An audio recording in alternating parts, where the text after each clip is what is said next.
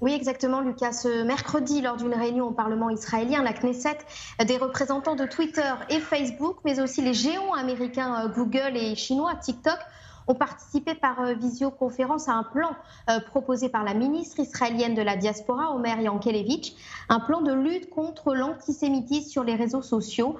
Alors que prévoit ce plan, eh bien, le gouvernement israélien demande notamment la suppression de tous les profils publics de personnes condamnées pour discours antisémites. Les responsables des réseaux sociaux ont approuvé ce plan et ont rappelé qu'il est important de continuer à prendre des mesures pour progresser sur ces questions très importantes.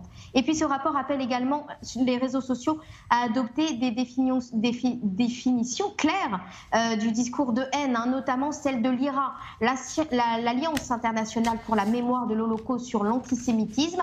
La définition de l'IRA, la voici. L'antisémitisme est une certaine perception des Juifs pouvant s'exprimer par de la haine à leur égard. Les manifestations rhétoriques et physiques de l'antisémitisme sont dirigées contre des individus juifs ou non juifs et ou leurs biens, contre les institutions de la communauté juive et contre les institutions religieuses juives.